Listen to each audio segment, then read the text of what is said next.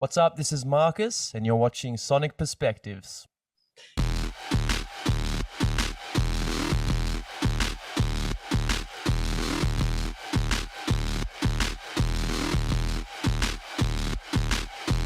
Mirrors and smoke hit it with a fresh coat. Mirrors and smoke hit it with a fresh coat. Mirrors and smoke hit it with a fresh coat. If the shit floats, run into the main line. Sugar sweet with a bitter beat. Strip the pain, you just brain. Your brain remains no blind. Conspire to keep it quiet. Hello, my friend. It's so good to see you. It's been a long time, but thank you very much for taking the time to sit down with me and have a chat. Everything Northlane, everything Obsidian, and I guess everything around that as well. You know, whether it's COVID or live shows, which I'm sure that you're very stoked to have happen again. But yeah, thank you. My pleasure, man. That's good to see you. For the people at home, we go way back. To teenage years. Yeah, back when we were bloody 15, 16, something like that. Something Without dumb. facial hair and Yeah. interesting hairstyles and space tears and all that kind of good stuff. Yeah. Fringes, all that fun stuff. So yeah, for those at home, it's definitely a nostalgic moment for both of us. But at the same time, we're not here just to talk about old times. We're here to talk about, of course, Northlane and their new album Obsidian, which is take it from me, it's an absolutely incredible record. It is full of everything that you love about Marcus and Northlane, and it's just pumped up to what you can. I can't even explain what people can expect because it's just so much full of good stuff. But I mean, before we get into that, let's talk about Full Tilt first of all, that you guys just absolutely destroyed. How is that for you guys to come back to such an awesome venue and awesome concert like that? Yeah, dude, that was so mental. Like, I think I've said it a bunch over the last year, but I didn't realize just how much I was missing playing live shows until maybe like six months into lockdown and stuff. And the longer that went on, the more I was just like getting just drained emotionally. I'm just like, what am I doing? Where am I? What am I meant to do? So yeah, to be back on stage again and to be doing it in such a big way after so long, it was really, really just a big weight off our shoulders, I think, and such a big release of positive energy. Yeah, and I mean, you didn't go from, touring, not doing anything to doing a couple of, quiet venues. You went from zero to Full Tilt. And I mean, I guess if you're going to do it, that's probably the best way to do it, just jump straight back into it head first. And it seems that everyone was just as excited. Yeah, it's a bit scary though. I mean, not bloody performing for 2 years and then having to do it in front of so many people on such a big stage. It's like, well, yeah, it could go well, but if I mess this up, then a lot of people just saw me mess up, and I've obviously gone downhill in lockdown. But no, Well, it I all mean, went really well. Yeah, it's definitely a challenge for sure. To go from nothing to that. But I mean, you guys handled it so well. I've seen the live videos, and you killed it. You absolutely killed it. And I'm sure a lot of people who were there would probably will feel the same way. But look, speaking of challenges, Northlane, and of course, Northlane in the past 6 years have not been afraid to challenge the expectations of what a Northlane album can be. The songs themselves are so diverse, and the lyrics, even the themes, they are also so all-encompassing for so many reasons, and they hold so much substance. How important is it to you and to the rest of the band to keep that seriously dynamic approach to music and to its writing?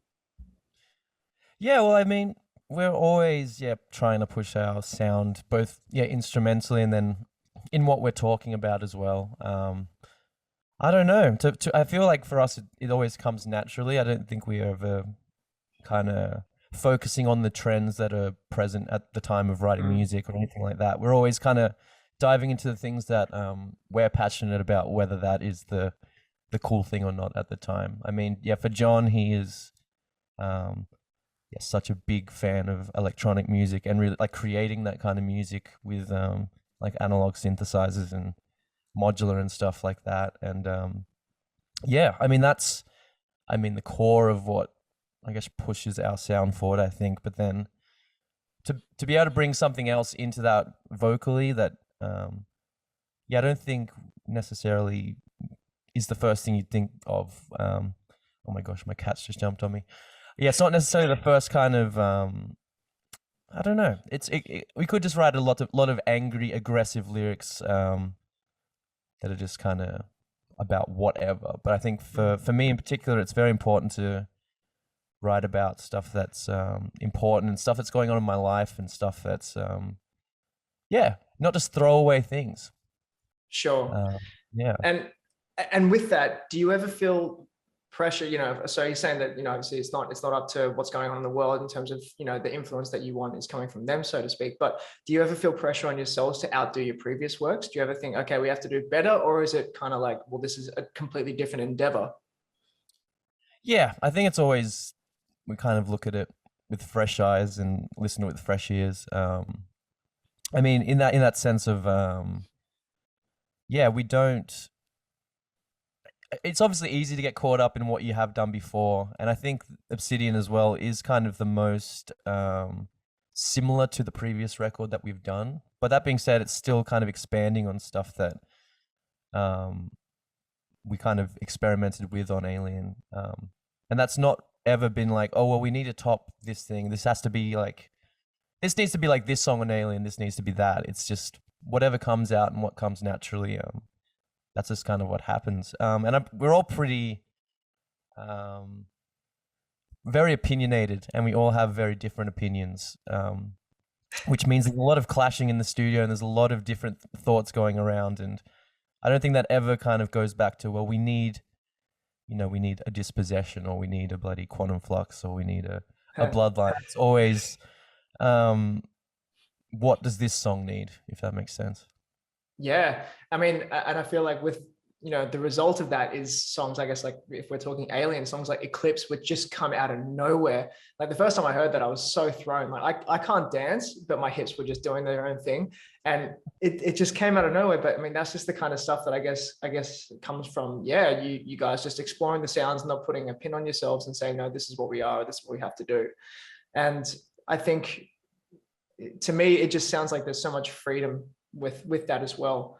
I mean, you know, with some of the new songs, I mean, you're talking maybe Zen, or you're talking Nova. I mean, these songs are so left of field, but they also sound like Northlane tracks, because there's that sense of confidence, like, well, it doesn't have to be that heavy stuff anymore. It's like, this is the Northlane that we're kind of looking for, and that kind of you're navigating. So, I mean, that's right.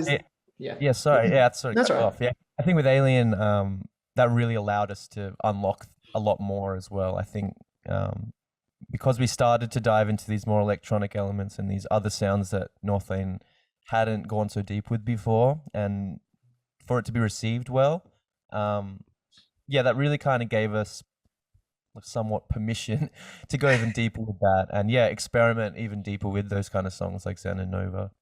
Yeah, I think John has done such an amazing job when it comes to all the electronic layers that come into it. I mean, I feel like it's to the point where the guitars and the electronic layers are just almost a symbiotic partnership, where they almost become the same thing.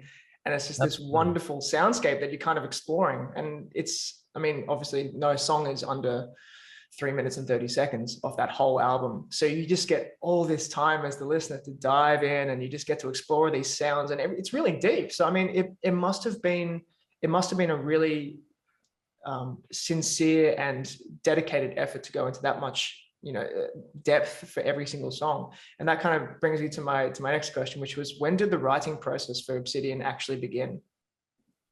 Well, I think John started writing like a little while before the lockdown started in 2020.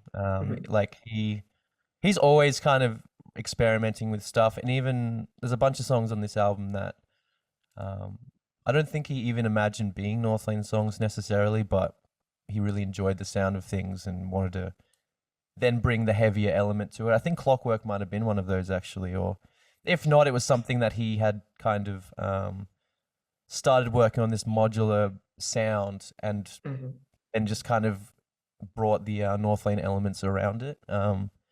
Yeah. And yeah, he worked incredibly hard, and he puts himself through a lot of stress to make sure that everything's perfect.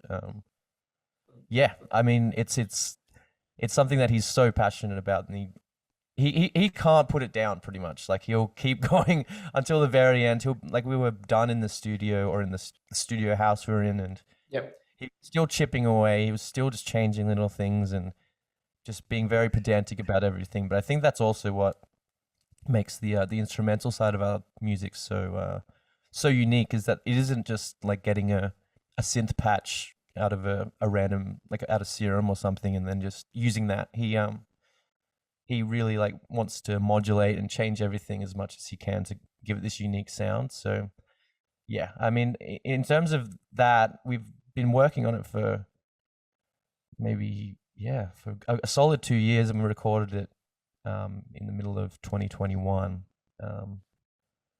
Writing for vocals, that kind of, I slowly started doing that after Alien, but I don't know. I kind of feel like I hit a wall in terms of what I felt I wanted to write about.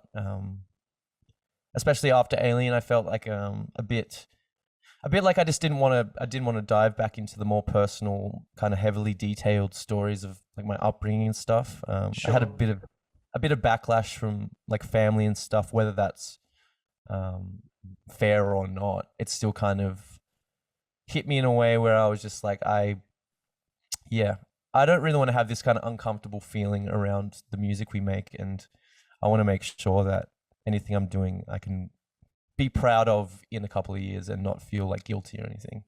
So it took a little while. I mean, a lot of people write songs that have quite a heavy theme to them, but I felt like Alien was jam-packed with some of the heaviest themes that one could write. And also it didn't come from a third person perspective in a way where people will write about heavy things that they know are going on in the world. It was a deeply personal story that you were putting out there. So I can imagine that not only writing about it, but then putting it out there as the new vocalist of Northlane has a whole nother level of expectation that you probably would have felt weighing down on you. And I guess that would have also been, one of the reasons that you were wearing the armor and the bloodline in the music video, to kind of feel protected as you went through. Yeah, absolutely, man. It was, I think actually, oh my gosh, with Mesmer, we recorded that with David Bendeth, and there was a couple of songs on that he and I like sat down and dove quite deep into, talking about more personal things, and that was kind of just the tip of the iceberg for what Alien could be, and it kind of gave me that confidence to dive deeper into these more personal things, as even with just those two songs, people were like quite receptive to the topics and the subject matter. And I think doing it in a more first person way, it really puts you in the moment, and it's not like, it's not like some fable, it's not some story that you're reading out of a book. It's like you are in this, and this is the kind of awful, uncomfortable feelings that you'll feel if you had to go through something like that.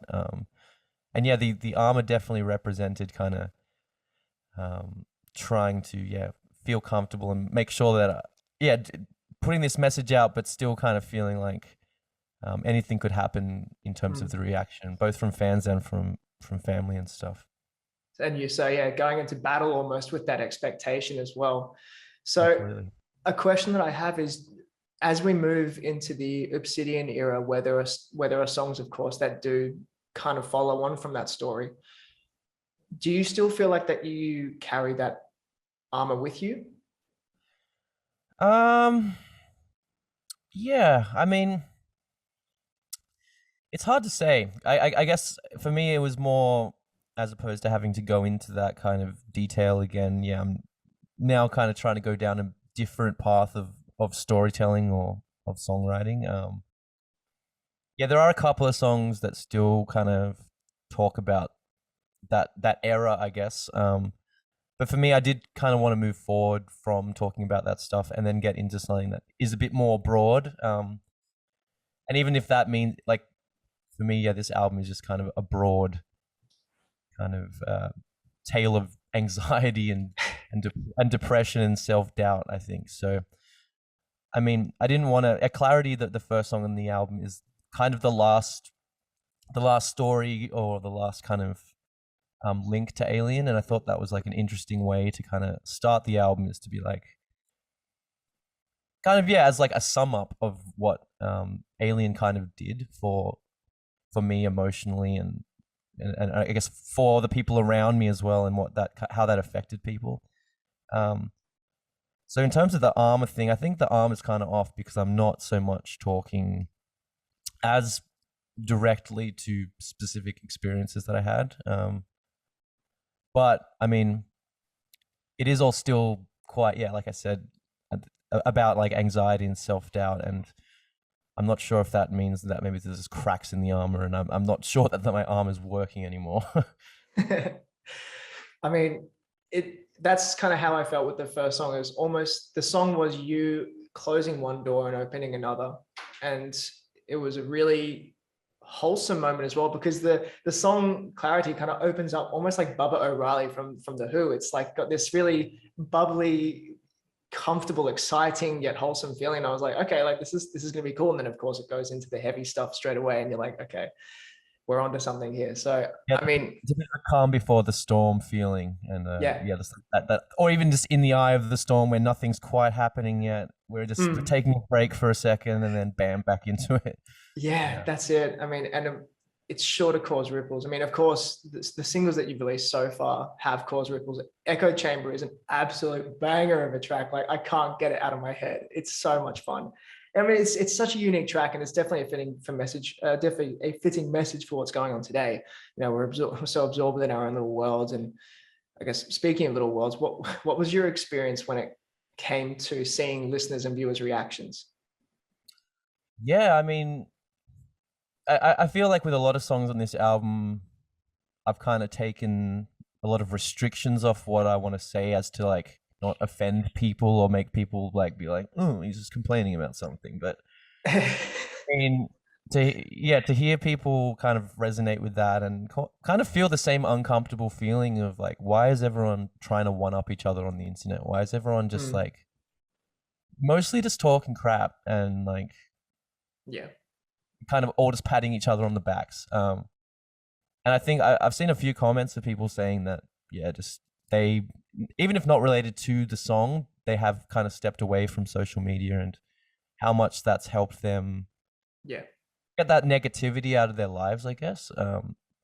So just to know that people feel that same way as well is quite comforting, and to know that not everyone is trying to be the coolest person on the internet, if that makes sense. But the response to everything so far has been really, really cool. And everyone, I think everyone understands the kind of direction that we've been heading in, and kind of understands that this is just like a more enhanced version of our sound, and it's really cool that people are being receptive to that. Definitely. I mean, from what I saw, it was just overwhelmingly positive, and people were just absolutely loving it. But there are some top tier comments on YouTube though. There are some funny things. I think there's like one guy said something like, as an IT person, I thought he was going to say, have you tried turning it off and on again? Like, well, that is kind of the metaphor there. That is the joke kind of. It's like, it is kind of meant to be like, have you tried just, like if it's messed up, have you just tried turning it off? And you're not turning it on. That is quite good. That was the kind of the idea I had in my mind. It's like, it's kind of common. Oh, there you go. He's tapped into it. Yeah. So we're searching for new sounds, and of course, constructing these new personalities that you're delivering through your music. You've, of course, through the years gone to different studios as well. So for Node, you went to Graphic Nature, and for Mesmer, you went to Barbershop Studios. But then for Alien and Obsidian, you have basically self-produced it and then had it mixed with, I guess you worked with Chris Blancato and then had it mixed with Adam Getgood. So what was the reason for going the same route for Obsidian as you did with Alien? Well, I feel for us, we've never quite felt like we nailed the sound of our albums, or like the production on stuff, until we did Alien. And I think that really helped because we worked really closely with Chris Blancato, who's a friend of the band and has been around. I think he recorded Hollow Existence actually, so He's been around Northlane since the very beginning, and kind of really understands what what we're trying to achieve. So with that, after we did Alien and had this kind of little team working together, it all felt like we finally found that secret recipe. We also did vocals with I've had a big mind. Electric Sun, right? An Electric Sun with Dave, yes. Yeah. And that was a bit nostalgic as well because I recorded vocals with an older band there, and that was just it was cool to be able to bring these kind of somewhat comfortable individuals into this thing that we're doing, and it all just seemed to work really well. I ended up producing the vocals myself on Obsidian just because of restrictions and stuff. It wasn't so easy to get to Sydney, and it's also, I think, vocals are very particular for me, and I feel like I know how I want things to sound, and it's very hard for me to explain to people when we're recording stuff, like how, even if it's just like a delay or something, I never feel like it's quite what I wanted. So for Obsidian, I was really excited to do the vocals myself. That being said, it was so stressful. I don't know if I'd want to do it again, but one thing sorry to interrupt. One thing that I noticed with Obsidian is that it's rare that the vocals get over processed and that they're thrown around a lot. I feel like the message is constantly delivered front and center to the listener. Was that a conscious thing for you to kind of just constantly deliver to the listener that message? Absolutely. I mean, that's the other thing when it comes to recording vocals with other people. Sometimes it can get a bit over processed, or it can be, like maybe melodined, like tuned too much. And for my ear, I can always hear these little things that I'm like, that's not how my voice sounds. And I don't like that. So, I think this time around, I was just like, I want to make sure everything is where it should be, but I'm not going to add like a 5-part harmony on something that doesn't need it. I'm not going to, like overdo it and add all this stuff to make it sound not like me, or something that I can't do, or something I can't achieve live either. Okay. That's something that's always really important for us, is that we can translate these songs live and kind of make sure that they're as close to the record or even more expansive than the record. That's very important to us. Were there some, whether it was vocal influences or even just band or artist influences, that you kind of delved into as you were either writing for the album or recording vocals? Because I hear so much stuff going on. Of course, you've got the heavier stuff going towards the end of Clockwork. Congratulations on having that for the Rainbow Six Siege official soundtrack. That's sick.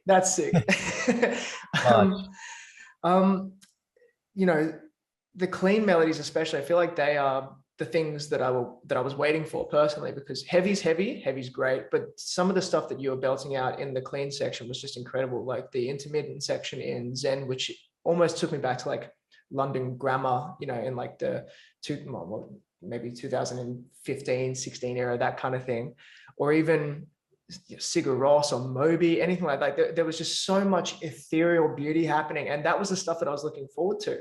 So was there something that you were diving into in terms of that kind of realm when you were tracking or recording? To be honest, when it comes to recording an album, I don't really like listen to anything specifically or like feel like I'm looking for inspiration anywhere, because I feel like that can often end up making it sound similar to whatever you're listening to, and that scares me a little bit, to copy someone by accident. But that being said, with something like Zen, even just the song Zen, actually, that song is about kind of just doing what makes you feel good and not taking what other people are saying as your own kind of thought. I mean, it's very easy to, like, even if it comes to movies or music or whatever, you'll see a review and that'll cloud your judgment of your own, like what you actually feel and what that piece of art makes you feel. So when it came to like, yeah, that bridge section of Zen, that was literally just like, we should just put like this weird kind of humming, almost Egyptian-y kind of feeling into it. Which if anything, that's just kind of more influenced by like old Northlane, like kind of Singularity era, like Wow, there you go. those kind of scales and those kind of note choices in the music. But Mm.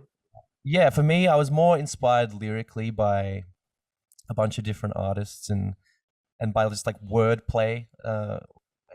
It's really odd to me, but like one of my big lyrical inspirations for this album was Reliant K, which is Seriously? like a Christian rock band, Christian pop punk band or something. I That just think, surprises the crap out of me. yeah, I mean, I just think that his storytelling and his way with words, Matt Thiessen from that band, is so unique. And through lockdown, I was listening to a bunch of their albums just like nonstop, and just finding these little things that he did that just like got me really excited about lyrics, which for me can be quite hard to be like really excited about writing lyrics and stuff like that. But from there, I was just like, I just want to write lyrics, and if anything melodic or like rhythmically comes up, then I'll go with it. But for now, I'm just going to try and just write about how I'm feeling and try and write that in an interesting way. It's quite cool that, you know, because I mean there are some fantastic lyrics throughout the album. The title track Obsidian has an incredibly, to me it felt an incredibly nihilistic kind of attitude towards it, and to hear that it came from, well, not just that in general, but you had some lyrical influence from Reliant K. It's just like, oh, interesting. Yeah, it's definitely not the content. It's No, just no. more the way he uses lyrics and how he tells stories. That was something that really resonated with me. That's amazing. And I mean, of course, it must have been hard to kind of break through that initial wall of coming up with lyrics. I mean, to follow up on the narrative of Alien, which was in itself a huge body of work. I mean, that must have been emotionally and spiritually taxing as well to write that, and I guess as well as potentially relieving to get it off your chest. But yeah, I mean, how much emotional effort was taken, I guess, to write the lyrics this time? Was it less emotional, or was it kind of a different kind of emotion that you were tapping into? Yeah, it's definitely, I'd say as emotional. Definitely it was a different feeling, but yeah, I think for Alien it was more like I'm kind of diving into these things that I might not have thought about or wanted to talk about growing up, or a lot of people might not really know those kind of details about my life because growing up it's kind of embarrassing really, but with how everything kind of went down with Alien, yeah, I felt kind of pulled in different directions as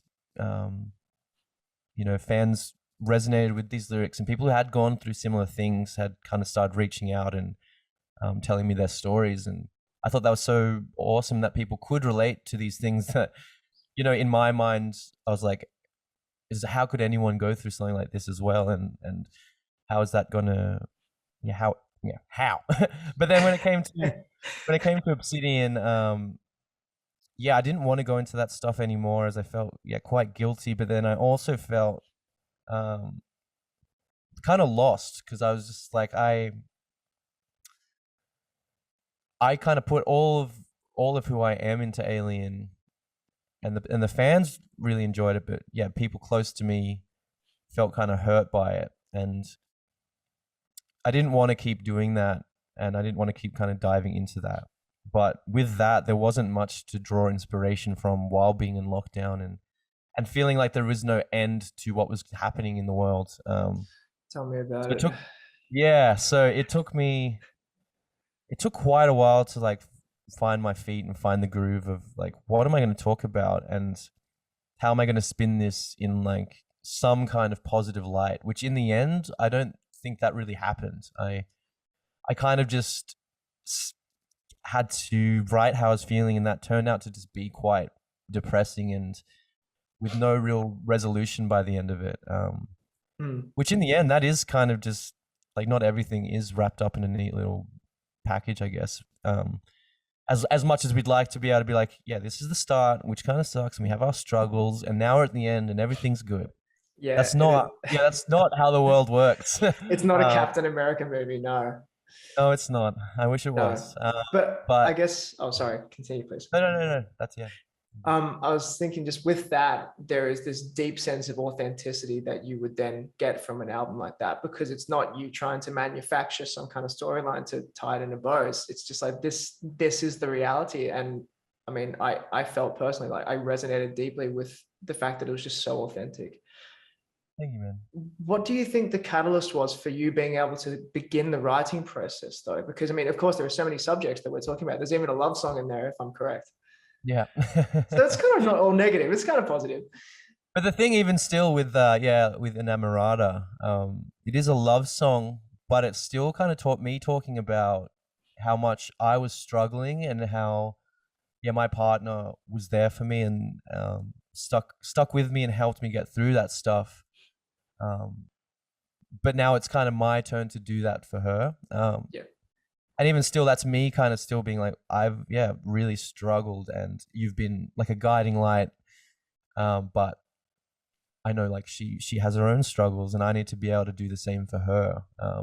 So it's still like not like just you made everything the best and the world is all good now.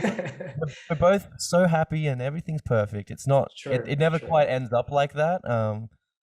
But yeah, it's still such a relief to kind of get these feelings out. And I mean, there were a few songs that came early, like Plenty and Nova are actually a couple of the first songs that came to fruition before we got into the studio. Cool. But I think I also really needed to be with the guys in the same room to talk about, you know, how I was feeling and how I was kind of coping through the lockdown and the kind of struggles I was having writing. And I think once I was able to kind of bounce some stuff back and forth with the guys and kind of present these lyrics that I had written with no kind of idea where they were going to go, and had their support, that's when it kind of all kind of started snowballing into something a bit bigger. And with this might be asking you to pick your favorite kid, but out of all the songs of this album, which one do you find to be your favorite or a highlight for you? Yeah, I mean, Zen would probably be one. It is kind of hard to say. I'd say it'd be somewhere between Zen, Clarity, or Nova. I think they kind of span all these different sounds and vibes that kind of encapsulate the album for me. I think for me, Nova is like kind of the weirdest thing we've done in terms of kind of really stripping it back and just kind of writing this ambient song. Definitely inspired by like early 2000s and 90s kind of electronic music. But then with Zen, that song for me feels so good because it is just about enjoying yourself and enjoying the things that are in front of you. And yeah, like I said, not taking other people's opinion as your own opinion without really thinking about it. And then Clarity for me just sums up the Northlane sound, I think, from almost from Singularity to now. I feel like there's a bit of everything of what we've done over the years in that song. So it is really hard to pick just one. So I went. Fair enough, man. It's always a difficult question, but I guess that also does provide the answer with the ability to kind of explain a couple more tracks, which is call it a trick or something, a sleight of hand. But yeah, that's awesome, man. I feel like with Clarity, it's got this. You're right. It encapsulates so much, and of course, the breakdown towards the end is just like this. It's so ferocious, and it really jumps out of nowhere. It actually sounds like it could be on like a Doom Eternal soundtrack or something. It is like Mick Gordon through and through, and it's just absolutely fantastic. So I'm sure a lot of people are going to be obsessed with it. But yeah, I feel the same way. As I was moving through the album, I just thought there's no way that you could probably pick a favorite song because they're all so different as well. Like they all have their own personalities and their own little stories, and like anyone could relate to any of these in a way because they're obviously they're deeply personal lyrics, but they also relate a lot to a lot of people in multiple ways. So I think it's just going to resonate so well with so many people. But as the listener moves to this album, what do you hope that they will understand about Obsidian, but also where all of you guys are at as a band? Ooh, that's a good question. Yeah, I'm not sure. I guess for me, I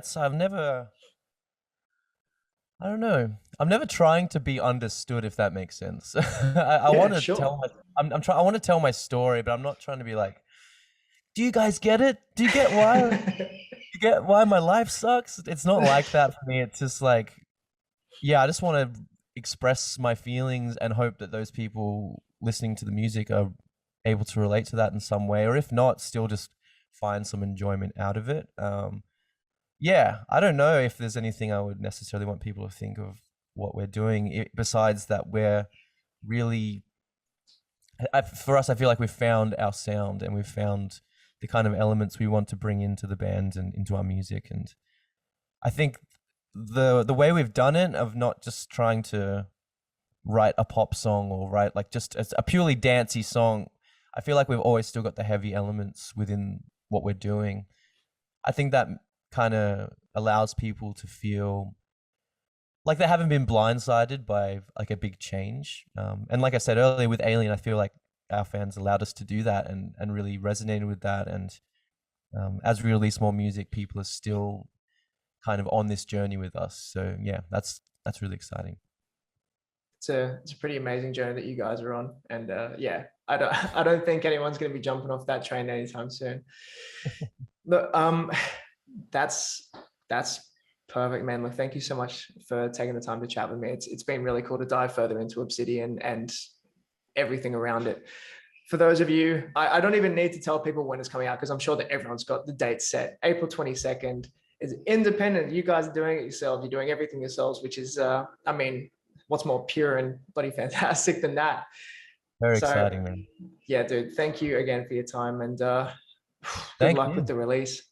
Thank you so much, man. Good to see you again. You too, man. We're gonna catch up for a beer once everything sorts out. I don't know when, but we'll figure it out. We'll get that done. Cool, man. Thank you. Catch you, man.